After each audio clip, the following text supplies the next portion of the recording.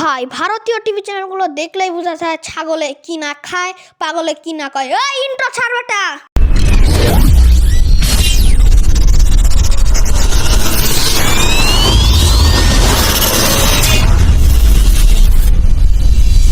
এই সময় কম, শুরু করো। তো যাই হোক, এই ছেলেটা নাকি বাংলাদেশে বেড়াতে এসেছিল, তখন বাংলাদেশের মৌলবাদীরা নাকি তাকে ধরে তার মাথা ফাটিয়ে দিয়েছিল।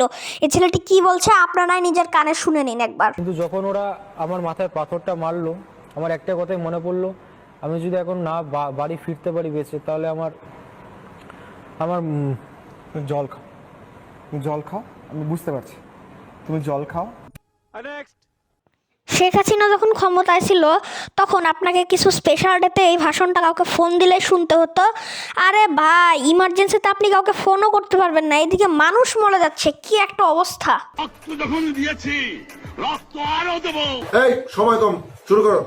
ভাই এখানে এই মহিলারা বলছে যে ভারতীয় এজেন্টরা নিজেদের বাসা এবং মন্দির নিজেরাই ভাঙে এবং মুসলমানদের উপর দোষ দেয়। এরা কি বলছে আপনারাই শুনুন। মন্দির ভাঙছে, এটা মিথ্যা কথা। একটা রুম বাটা কিনছে, এই বাটা রুম কি নিজে ভাঙা হেসে যে ঘটনা ঘটায় মানুষের ফাঁসাইতাছে। আমি একটা মহিলা মানুষ, আমি হিন্দু না, হিন্দু কিন্তু আমি ওর কথা অবশ্যই কমু। যে একটা ভিডিও ছাড়ছে, পুরো নেট দুনিয়া তামা বানা ফেলাইছে, মিথ্যা একটা ভিডিও। আপনি যান, যা দেখবেন ওর মন্দিরে একটা কিচ্ছু নষ্ট হয় না।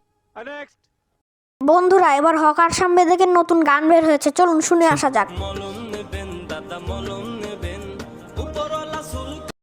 ধর্ম ক্লাসে যখন হুজুর অনুপস্থিত থাকে তখন হিন্দু ধর্মের শিক্ষক ধর্ম ক্লাস নিলে যেমন অবস্থা হয়, ভাই সে না বললে মনে হয় আমরা জানতেই পারতাম না। মুসলমান সম্প্রদায় মনে হয় হয়তো যে এটার মধ্যে কোনো ভাগাভাগি নেই, কিন্তু দুটো ভাগে বিভক্ত, শিয়া এবং সুন্নি। এবার আমি এগুলোরও যদি আরো